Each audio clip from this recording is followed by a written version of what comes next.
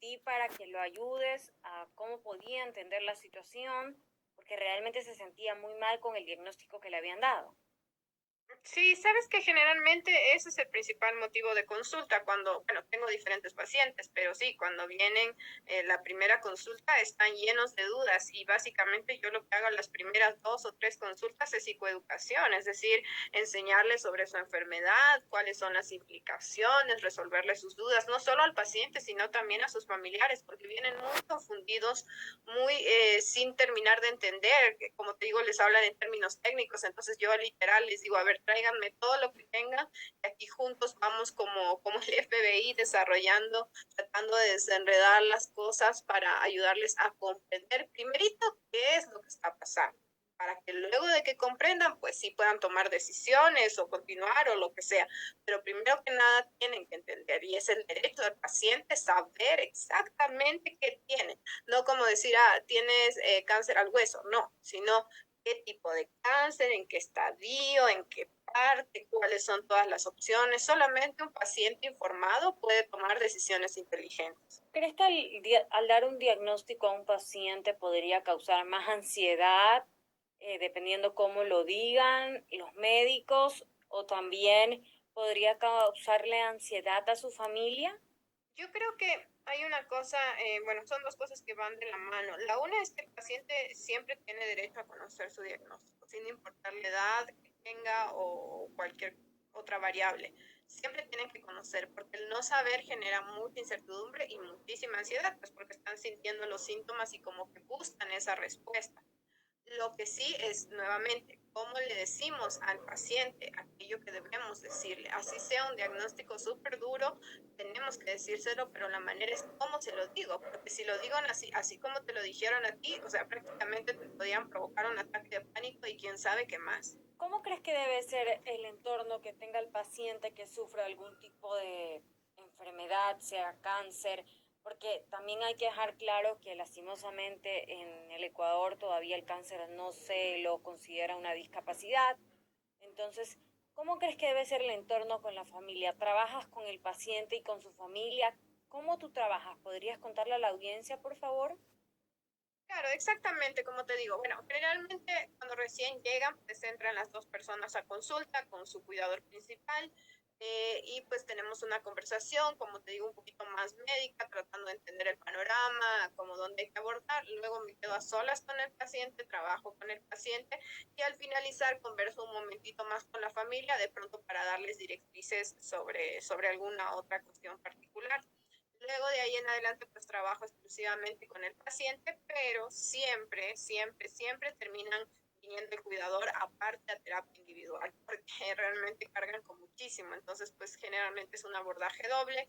Y pues en el mismo transcurso, por ejemplo, cuando yo trabajo con personas que son personas ya adultas, que tienen sus hijos adultos a sí mismo, trabajo con esa persona adulta, pero a su vez también con los hijos, a veces con mucha familia, ¿no? Como todos aquellos que se sientan afectados por la enfermedad de la persona tienen que eventualmente venir a conversar conmigo, así sea una charla orientativa, no sea un proceso terapéutico, pero tenemos que manejarnos todos en el mismo lenguaje, porque en el momento en que alguien no habla en el mismo sentido o hace algo en contra de lo sugerido, pues es como desautorizarnos y al final el éxito del proceso terapéutico no es lo mismo. Incluso yo muchas veces de hecho, afortunadamente soy amiga de varios oncólogos, de varios hematólogos y pues con ellos también como profesionales de mis médicos, ¿no? Tratantes de mis pacientes, también hay un diálogo, porque a veces hay ciertos síntomas psicológicos que tienen relación con la enfermedad. Entonces yo necesito conversar con el médico de mis pacientes para coordinar ciertas cosas. ¿Consideras que es adecuado que una persona que tenga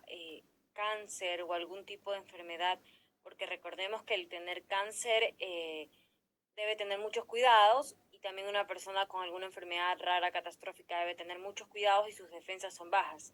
Es Ujú. importante que deban de socializar. ¿Qué consideras tú? Sí, sabes que la socialización es algo innato al ser humano, no en todas las personas, porque recordemos que hay personas que están dentro del espectro autista y pues sus preferencias son otras en el área social, pero por norma general, pues sí, son personas, las personas necesitamos socializar, simplemente hay que transformar la manera de socializar para que esta persona se siga sintiendo incluida, pero sin poner en riesgo su salud, más aún en esta época de pandemia, pues que como sabemos hay muchos riesgos de contagio y para una persona inmunosuprimida por cualquier tipo de enfermedad y contagiarse de un virus es algo muy grave. Entonces se trata de, por ejemplo, buscar espacios al aire abierto, a juntarnos con personas que pues nos aseguramos que los días anteriores no hayan tenido sintomatología de ningún tipo, de ningún virus, que no hayan tenido un contacto estrecho, y así de esa forma como que se sigan incluyendo. Y obviamente yo creo que en esta época lo que más sirve son los grupos de apoyo virtuales, ¿no? Creo que todo este tema del soporte online, de las conferencias, del Zoom, de las videollamadas, es algo que para los pacientes que son inmunosuprimidos y que de pronto no sienten la confianza de salir, es una gran opción. En cuanto a personas que tienen cáncer o tienen algún tipo de enfermedad rara y no pueden hacer ejercicio, ¿qué aconsejarías tú? Bueno, yo creo que aquí una Disculpa de que las te personas... interrumpa, Estefanía. Sí. Yo vi en tu página justamente que dices ejercicio emocional. Cuéntale a Uh-huh. la audiencia qué es el ejercicio emocional y qué recomiendas con el ejercicio emocional. Claro, sí, justamente yo le puse ese nombre, ¿no? Porque pues, el ejercicio físico produce ciertos químicos de nuestro cerebro que mejoran nuestro estado emocional. Entonces, el ejercicio, aunque sea físico, pues tiene una implicación emocional. Entonces, yo creo que el mejor amigo de una persona con una enfermedad crónica es el fisioterapeuta, porque el fisioterapeuta te puede hacer realizar actividades físicas adaptadas para tu condición. Muchas veces, así estamos, por ejemplo, hablando en un caso extremo de pacientes que están encamados, que realmente no pueden moverse, pues ese fisioterapeuta puede enseñarle al cuidador a que haga determinados movimientos con el cuerpo del paciente, cosa que el paciente no haga ningún esfuerzo físico, pero que el cuidador sí lo haga, que el fisioterapeuta sí lo haga. Lo importante es no dejar los músculos quietos, necesitamos moverlos, porque incluso cuando hablamos de enfermedades que son curables, como el cáncer, pues si es que la persona estuvo sin mover, en reposo absoluto todo el tiempo de su enfermedad, créeme que la rehabilitación va a ser durísima y les va a costar mucho más. En cambio, un paciente que se mantiene activo, así sea un poquito, así sea sentadito, en su cama, acostado, pero que mueva por lo menos unos 10, 15 minutos al día, créeme, es una diferencia significativa, no solo física, sino también emocional, en el sentido de que se sienten más autónomos, más independientes, que todavía pueden hacer cosas. Y eso es súper, súper importante para el autoestima. O sea, es importante, digamos, como que el ejercicio emocional, cómo llevarlo. ¿Qué consideras tú en los autocuidados en los pacientes con enfermedades raras o personas con cáncer? Mira, yo creo que es bien importante este tema de los autocuidados, ¿no? Yo creo que la persona con cáncer tiene que continuar haciendo aquellas cosas que le gusta hacer, simplemente adaptándolas. Entonces, por ejemplo, si le encantaba comerse una espumilla en la calle, pero obviamente por sus defensas no puede hacerlo, listo, hagamos espumilla en la casa. Entonces sigue complaciéndose, teniendo ese gustito que le gustaba, pero lo hace de una manera que es más segura. Si a esa persona le gustaba, yo qué sé, irse a la peluquería a pintarse las uñas, pero ahora nuevamente por sus defensas lo ve riesgoso, busquemos una opción de un lugar donde me pueda hacer las uñas y que sea así bien bonito, bien cuidadito, bien aseadito, cosa que yo no corra con ningún riesgo. Entonces, los autocuidados se tratan de que yo siga viviendo más allá de mi enfermedad, que haga cosas que me hagan tener un sentido de normalidad, que no solamente me quede en, ay, sí, todo es alrededor de la enfermedad, del hospital a la casa, del hospital a la casa y nada más, sino que realmente tenga espacios donde yo siga sintiendo que soy yo más allá de mi enfermedad, que soy yo la persona que todavía disfruta hacer aquellas cosas que le llenan el alma y que no solamente hace aquellas cosas que debe hacer para sobrevivir. Me gustó mucho este post tuyo, Estefanía, en el que dice las diferencias. Aunque dos personas tengan exactamente el mismo diagnóstico en área, tipo y etapa, cada ser humano es un mundo. ¿Podrías Exacto, eso explicarnos es. con qué quieres decir con esta frase? Mira, a mí me pasa mucho que yo tengo pacientes que, por ejemplo, se han sometido a un trasplante. y de repente ven que su compañera con la misma enfermedad, el mismo tipo de cáncer que le llevó al trasplante y todo, y de repente su compañera ya está corriendo maratones y resulta que ella todavía le cuesta caminar. Entonces se meten en una presión horrible porque dicen como que no, o sea, la otra está súper bien y a mí qué me pasa, debe haber algo malo en mí. Entonces yo siempre les recuerdo y les digo, no, o sea, primero que nada, esto no es una competencia de velocidad. En todo caso, es una competencia de resistencia. Entonces, no porque la otra persona después de su cáncer o de su enfermedad se haya recuperado rapidísimo y ya esté trabajando tiempo completo, significa que yo con el mismo diagnóstico y en todo exactamente igual, voy a tener la misma recuperación.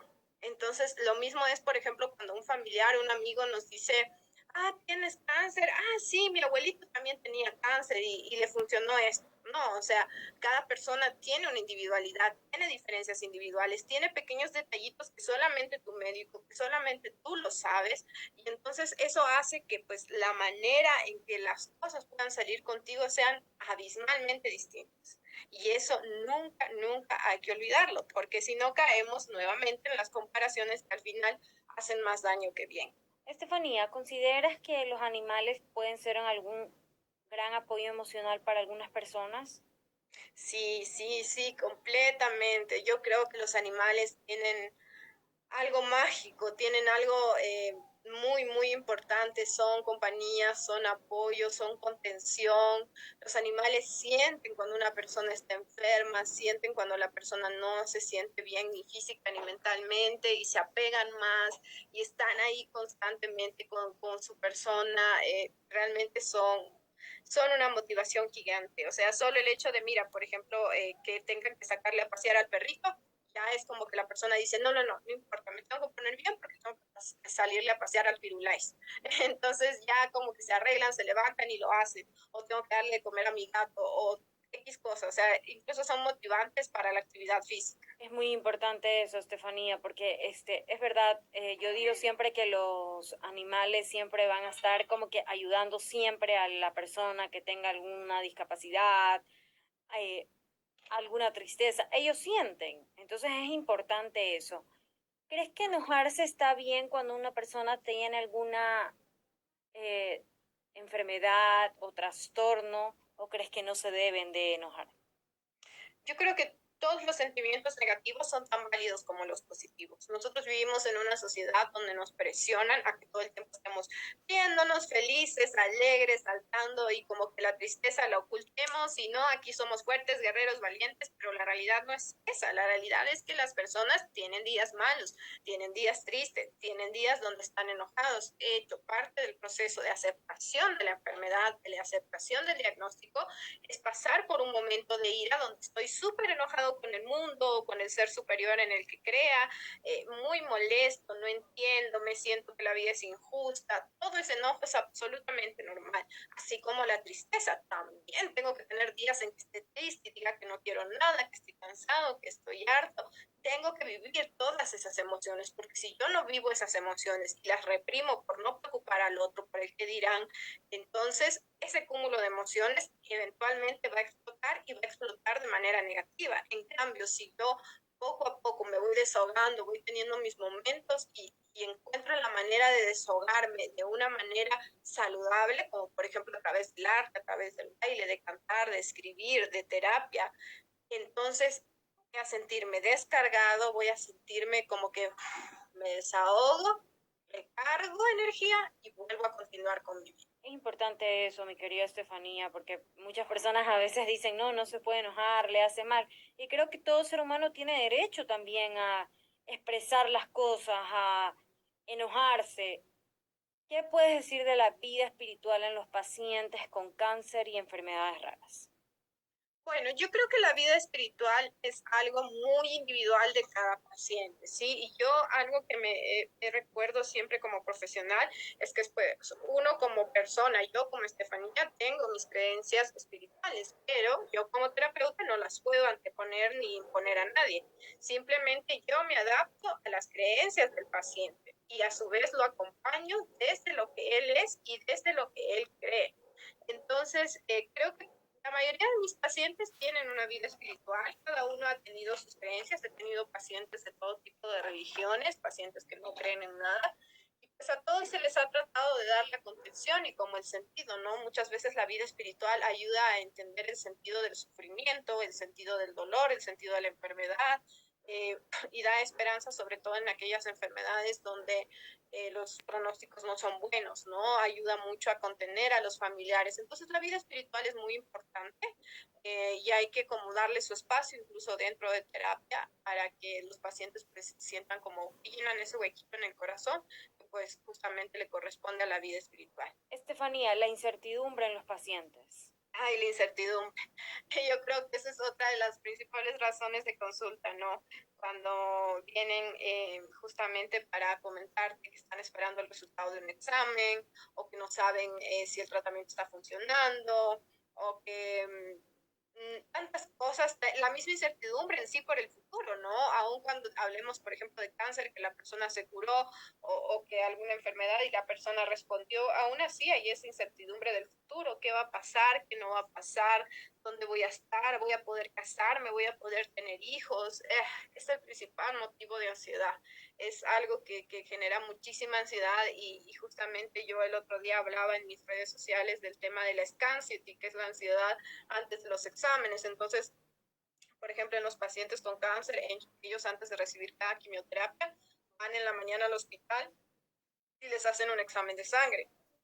Si este examen de sangre sale bien ciertos valores, pueden recibir la quimio. Si salen mal, sí, tienen que ir a la casa y postergar la quimio una semana. Esa situación es durísima, o sea, los pobres pacientes el día anterior están como quien dice ahí esforzándose muchísimo, muchísimo para que su estado esté lo mejor posible y pues esos exámenes salgan bien y puedan continuar con su tratamiento, ¿no? Entonces esa ansiedad antes de un resultado de unos exámenes, antes de un resultado de imagen, es grandísima, ¿no? Entonces también pues como familiares es importante que los entiendan, ¿no? Que comprendan que esos días pueden estar un poquito más irritables, un poquito más molestos, como que no quieren hablar con nadie, como que todo les enoja y es justamente por eso, porque en su cabeza lo único que están pensando es qué irá a salir en este resultado o qué irá a pasar, qué irá a decir el doctor en la consulta. Entonces es normal que sientan esa ansiedad y hay que comprenderla como tal, ¿no? Y no juzgarla. Mi querida Estefanía, voy a hacer una dinámica contigo antes de terminar. Te voy a Uh-huh. decir de 6 a 7 palabras y tú me Ok, respondes cada palabra una sola cosa, lo que se te venga a la mente. ok.